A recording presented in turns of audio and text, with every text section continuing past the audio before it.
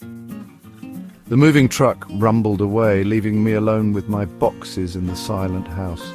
It was a steal for the rent, a beautiful Victorian on Hollow Street. The street name should have been a warning, but I was young and blinded by the low price.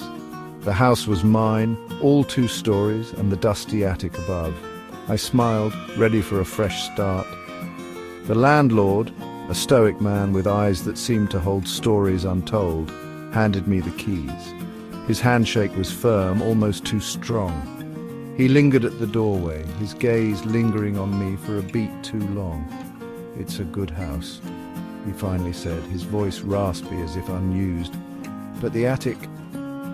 just leave the mirror covered, you'll see it." He left without another word, disappearing into the approaching twilight. I shrugged off the strange encounter and stepped inside. The air was cold, stale, and thick with the scent of time. Dust motes danced in the faint light, filtering through the grimy windows. It wasn't perfect, but it was home.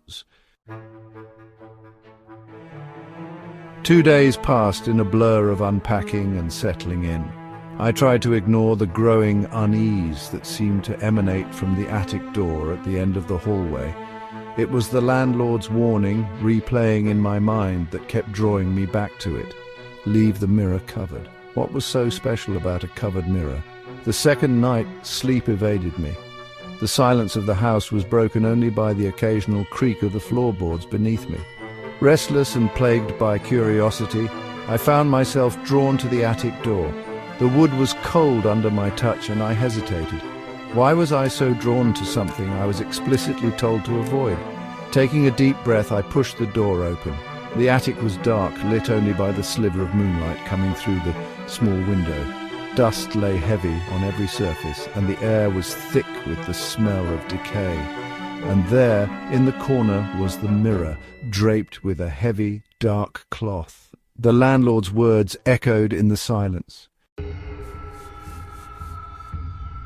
The cloth felt like ice under my fingers as I gripped it.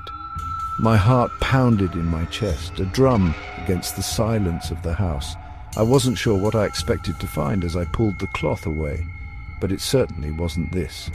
The mirror was clean, gleaming, reflecting the moonlight like a pool of liquid silver, and in it my reflection stared back, except it wasn't me, or at least it wasn't quite right. My reflection stood, just as I did, frozen in the act of uncovering the mirror, but while I was breathless and afraid, my reflection smiled. It was a slow, unnatural stretching of lips, a grotesque parody of a smile that sent shivers down my spine. My fingers went numb, and I couldn't make myself look away. The reflection moved then, its hand lifting to tap on the surface of the mirror. It was a sound that shouldn't have been possible. A sharp, clear tapping that echoed through the silent attic. It wasn't the sound of flesh on glass, but something harder, something bone-chilling. Panic seized me. The attic, the mirror, the smiling reflection, it was all too much. My breath hitched in my throat and I stumbled back, knocking the cloth onto the floor. As if on cue, the single light bulb that illuminated the attic flickered, plunging the room into darkness. I didn't wait to see what or who was left behind. I fled, scrambling out of the attic and slamming the door shut. My heart pounded against my ribs, my blood roaring in my ears. I couldn't shake the image of the smiling reflection, the unnatural tapping on the glass. I'd left the cloth on the floor, the mirror uncovered, but I couldn't bring myself to go back. That night I lay awake, every nerve on high alert. It was then that I heard it, the distinct, slow, heavy footsteps. They were coming from the attic, directly above my room. Fear, cold and paralyzing, gripped me. I fumbled for my phone, dialing the landlord's number with trembling fingers. When he finally answered, his voice was a low rumble. "You uncovered it, didn't you?" He sighed. "I told you to leave it be. That thing, it's trapped in there. It wants out." Then he whispered, "And it wants you to let it out